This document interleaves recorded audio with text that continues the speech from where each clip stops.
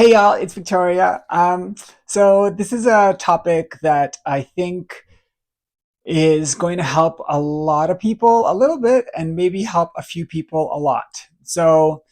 Um, so you think you're trans. This may help people who aren't trans as well. Just putting that out into the nether as well. Um, you think you're trans, but you're not sure. I'll tell you my story and then I'll tell you how I think it works. But that's just my opinion. Um, I was from very early, knew something was different with me, blah, blah, blah. Fast forward till I was in my mid 30s. I'm married and I've got kids, but I've kind of known about this side of my life for a very long time. So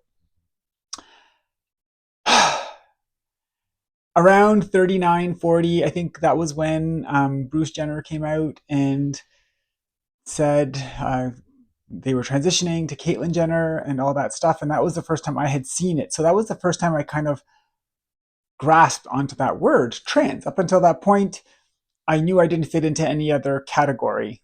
Um, so then the question is, okay, what is this trans thing? And so, again, I did this thing where I made the umbrella of what I considered transhumongous. It included everybody who wasn't 100% cis, 100% hetero, 100% normal, basic bitch human.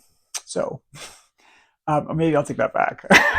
Anyways, so as the umbrella got smaller, regardless of how small it got, I still fit. But then I was like, okay, fine. So maybe I am. I don't know. Maybe I'm whatever. I couldn't figure out. I was like, I'm not. Maybe I'm something else. But this is the only thing that could possibly be who I am. And so I really started thinking about it. And then I really was like, okay, this is 100% me, right? And then I think I'm 100%, but I'm grown up in this cis hetero religious world, and I've been that way for 4 decades. So you kind of are like, well, am I wrong? Could I be wrong?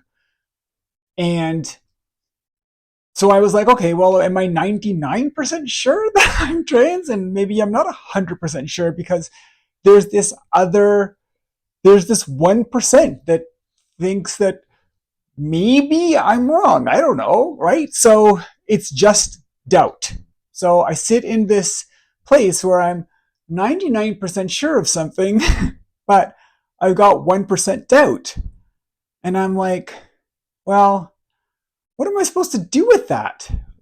Right? What am I supposed to do with this thing and this doubt component?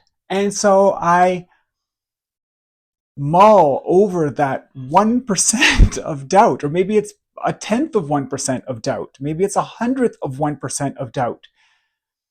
But I can't help but focus on that 0.001% that is making me question my sanity, in effect, right? So I realized at some point that there's pretty much nothing in this world that I am 100% certain of. I'm 99.999% certain that 1 plus 1 equals 2. I'm pretty sure that's about 100. But outside of that, am I totally sure about anything that I'm not living in the matrix right this second? Like, I don't know. Literally, I can't be sure of anything. Can't be sure that the earth is here. I can't be sure that the sun is in the sky. I have no idea. I haven't seen it with my own eyes. So, point being, sureness is not the in and of itself enough strength to confirm whether you do something or you don't do something. So, I think I'd say that's the first thing that I started thinking about. And then I was like, everywhere else doesn't feel right. Not 99%. it doesn't feel 1% right. It feels less than 1% right.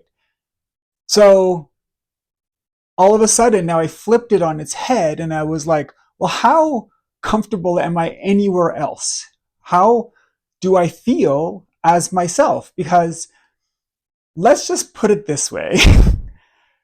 A cis, hetero, normal person doesn't spend weeks, years, and months and decades agonizing whether they're trans or not.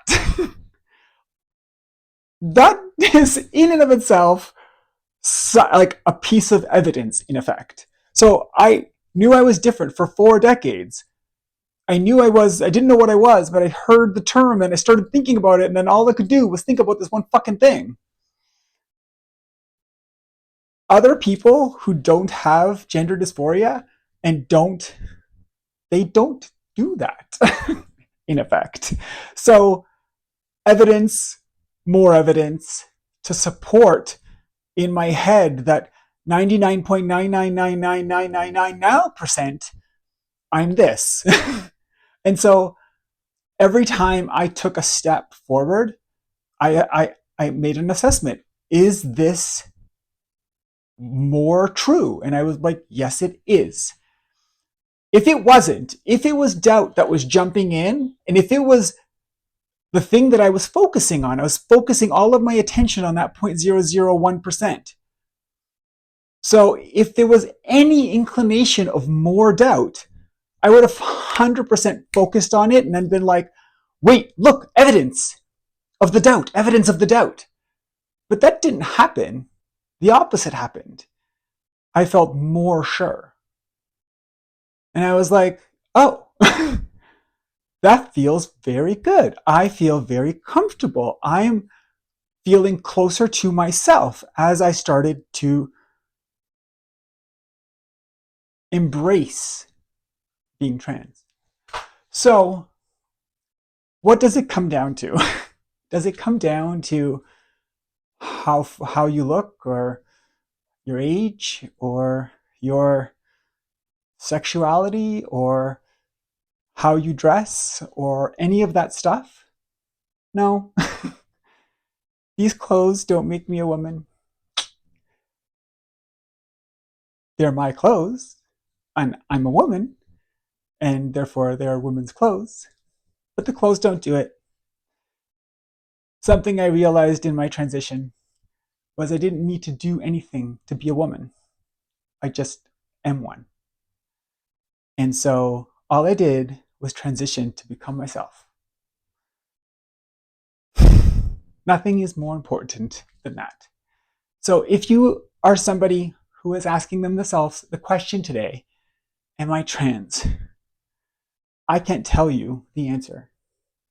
That's only an answer you can tell yourself. So spend some time being introspective. Ask yourselves the very hard questions that you, regardless of the answer, will accept.